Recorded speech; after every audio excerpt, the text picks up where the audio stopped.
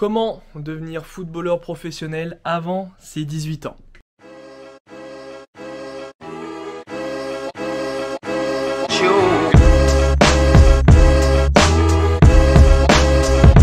Salut l'équipe, j'espère que vous avez la forme. On se retrouve pour une toute nouvelle vidéo sur la chaîne Mon Coach Foot.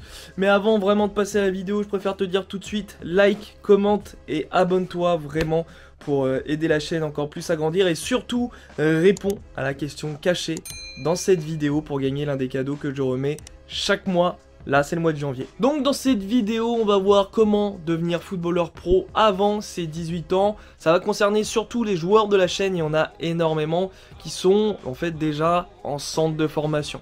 Mais ça pourra être utile aussi aux joueurs qui vont intégrer, que ça soit un groupe de semi-pro, d'amateurs, d'un certain niveau, enfin même de tous les niveaux quasiment.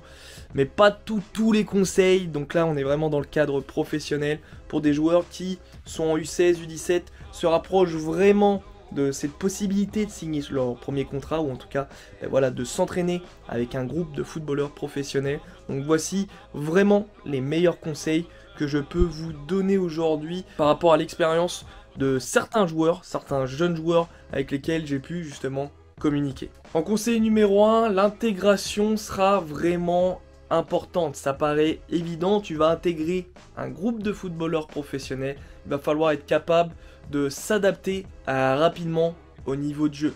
Mais surtout, l'intégration, ça sera être poli, avoir du respect pour les anciens. Et ça, t'en entends sûrement parler et c'est totalement vrai sur le moment venu. Dans n'importe quel niveau de toute façon, quand un jeune arrive dans un groupe d'adultes, les adultes, je peux vous dire qu'ils vous regardent fixement et regardent le moindre de vos comportements et de vos gestes. Mais comme je le disais, s'adapter aussi au niveau de jeu, ça sera plus important parce que là on n'est plus dans du football de jeunes. Je pense que vous avez déjà senti la différence en passant de U14 à U16, de U16 à U18. Il y a plus d'impact dans le jeu. Dans le monde adulte, c'est encore plus que ça, donc il va falloir répondre présent rapidement et ne pas baisser les bras. En conseil numéro 2, il faudra avoir de l'humilité. J'ai intégré un groupe pro, je peux avoir le boulard maintenant, dire que c'est fait, c'est bon, voilà, je suis arrivé à mon but ultime, sauf que non. Et ça, c'est de l'humilité. Être humble avec soi-même, respecter ce métier de footballeur. Ne pas vouloir trop en faire et savoir prendre du recul sur le fait que mon objectif aujourd'hui, quand je me le suis fixé, c'est de signer un contrat professionnel, de faire tant d'années dans tel club, peut-être gagner tant de matchs, gagner tant de trophées. Et aujourd'hui, c'est pas du tout le cas. Je suis encore un minot, je suis encore quelqu'un qui n'est pas professionnel, je suis juste dans un groupe professionnel. Et il y en a, ils l'oublient très rapidement quand ils commencent à s'entraîner avec les plus grands. Et ça, cette qualité est très difficile à avoir. Parce que c'est vrai qu'on est baigné dedans, on entend dire « Ah, t'as du talent, tu signeras pro peut-être depuis toujours ». Où il y en a, ils s'y attendaient pas du tout, ça arrive pas du jour au lendemain, mais ils ont bossé, mais ils y croyaient vraiment plus. Alors que là, tout d'un coup, ils intègrent vraiment ce groupe pro. Donc avoir de l'humilité sera vraiment essentiel. Prendre du recul sur ce que je fais de bien, ce que je ne fais de pas bien. Et surtout ne pas oublier d'où je viens et où je dois aller. En conseil numéro 3, il faudra de la discipline. Footballeur professionnel, c'est un métier, même s'il y en a beaucoup qui ont dû te le dire depuis que tu es tout petit, que ça n'en était pas un. C'est sûrement l'un des métiers, de toute façon dans le sport de haut niveau, qui demande le plus de discipline, le plus de rigueur. Il va falloir se lever tôt, faire beaucoup plus que les autres et beaucoup plus que les mecs qui sont déjà en place, que les adultes contre qui tu t'entraînes, contre qui tu joues pendant les séances. Il faudra vraiment en faire beaucoup plus. Parce que je vais t'expliquer pourquoi. Eux, ils ont déjà une routine, ils ont une habitude. Donc toi, mentalement, il va falloir faire comme eux, voire même parfois plus qu'eux pour prouver. Et c'est ce qu'on attend de toi de toute façon. Eux, ils ont une place de titulaire pour la majorité. Voilà, ils ont 10-15 ans d'expérience dans ce monde-là. Donc ils n'ont pas trop de problèmes, on va dire. Ils ont une certaine routine. Ils savent comment faire pour progresser, pour dépasser un autre joueur, etc. Toi, il va falloir que tu apprennes encore tout ça. Et donc avoir énormément de discipline et t'organiser, avoir de la rigueur au football. Dans le monde professionnel, c'est l'une des clés primordiales pour pouvoir y accéder, mais surtout pour pouvoir y rester. Le conseil numéro 4, je pense que ça va être le plus simple, parce que c'est vrai qu'on l'a tous quand on est jeune, surtout très jeune, c'est l'audace, c'est la fougue. Hein, on entend parler souvent de ce mot-là, la fougue de la jeunesse. Bah justement, si tu as une qualité primordiale aujourd'hui, si tu as quelque chose, cette grinta du joueur jeune, vas-y. Pour prendre des exemples, hein, Messi, Ronaldo, Neymar, ils sont fait repérer pour ça, pour leur fougue, pour cette audace, ce talent vraiment pur de je me pose pas de questions, je fonce, j'y vais. Rien ne peut m'arriver, de toute façon, je sais ce que je fais. Alors ça peut être synonyme de grosse confiance en soi, mais aujourd'hui, si tu as une qualité, tu sais dribbler, tu sais marquer, tu sais gagner des duels très facilement, eh ben vas-y, montre-le maintenant aux séances d'entraînement.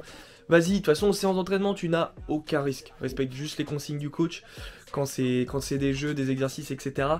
Mais une fois que tu es dans le jeu, que tu as un contrat à jouer, ce genre de choses, une action face au but, vas-y, vraiment vas-y, parce que c'est sûrement ce qui t'a fait intégrer le groupe pro, donc ne l'oublie pas. Et pour terminer, la plus grosse erreur que tu vas faire, c'est d'être impatient. Donc mon conseil numéro 5, c'est la patience. Et oui, beaucoup de joueurs, de jeunes joueurs, vont arriver dans le monde pro, dans ce groupe pro plus que le monde pro, et vont commencer à être impatients, vont attendre le premier match, les premières minutes. Sauf que ça se trouve, tu vas intégrer le groupe pro en octobre, tu n'auras toujours pas joué en avril. D'accord ? Laisse le staff faire. À un moment donné, ta chance viendra. Que ça soit dans ce club, si je dois aller plus loin, ou dans un autre. À toi, vraiment, avec les autres conseils que je t'ai donnés, de savoir ce qu'il faut de bien pour toi. D'accord ? Mais n'oublie pas non plus, et ça fait partie des conseils, d'écouter les anciens, ceux qui ont de l'expérience, d'écouter le staff, pourquoi pas écouter tes conseillers aussi, mais il va falloir être patient et continuer à bosser et ne pas baisser les bras, c'est essentiel. Continue à bosser, ça fera partie de la confiance en soi, j'en ai parlé tout au long des 5 conseils, donc ça c'est le fil rouge de toute façon. Mais ne perds pas espoir, si tu as intégré le monde pro, c'est que tu as quelque chose, mais ne brûle pas les étapes. Laisse-toi le temps de bien t'intégrer, de t'adapter au monde pro, d'obtenir cette humilité qui est vraiment importante, de mettre cette autodiscipline, cette rigueur en place le plus rapidement possible, mais surtout du mieux possible. Et ensuite, comment te dire, ta chance viendra. Ça, c'est sûr que si tu mets tous ces conseils en place, c'est sûr que avant tes 18 ans, tu deviendras footballeur professionnel. Et si je dois en rajouter plus, peu importe ton âge aujourd'hui, si tu as 20 ans, 21 ans, 24 ans, si tu prends quasiment tous ces conseils, notamment la rigueur, la confiance en soi, l'humilité, ce genre de choses, et je pense que plus on vieillit, plus on a de l'humilité de toute façon. Si tu mets tout ça en place, si tu respectes ces conseils, il y a de grandes chances que tu deviennes footballeur professionnel, ou en tout cas que tu réalises l'objectif que tu t'es fixé. Maintenant, voici ma question l'équipe. Très classique, 2021. Quels sont vos objectifs pour cette saison 2021 ? Je vous demande pas forcément l'objectif final, à part si en 2021 c'est un très gros objectif. C'est en 2021, à la fin de cette saison, que vous devez intégrer un centre de formation, signer pro, ce genre de choses, dites-le moi. Mais parlez-moi peut-être d'un objectif intermédiaire aussi. En 2021, je prévois de jouer à tel niveau avant de prétendre à jouer à cet objectif principal là.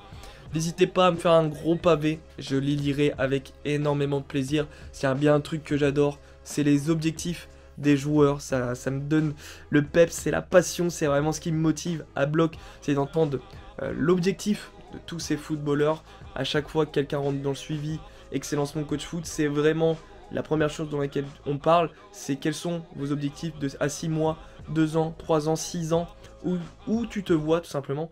Et c'est vraiment ce qui me motive après à travailler avec ce joueur-là. Donc dites-le moi en commentaire et vous verrez dans quelques vidéos un tirage au sort pour obtenir l'un des cadeaux que je remets chaque mois. Et pour l'instant, je ne dis pas ce que c'est. Sinon, je vous laisse là. N'oubliez pas de liker, commenter et de vous abonner, de partager cette vidéo si vous avez un camarade, un coéquipier, une coéquipière que ça peut aider. Sinon, comme d'habitude, on est ensemble pour réussir.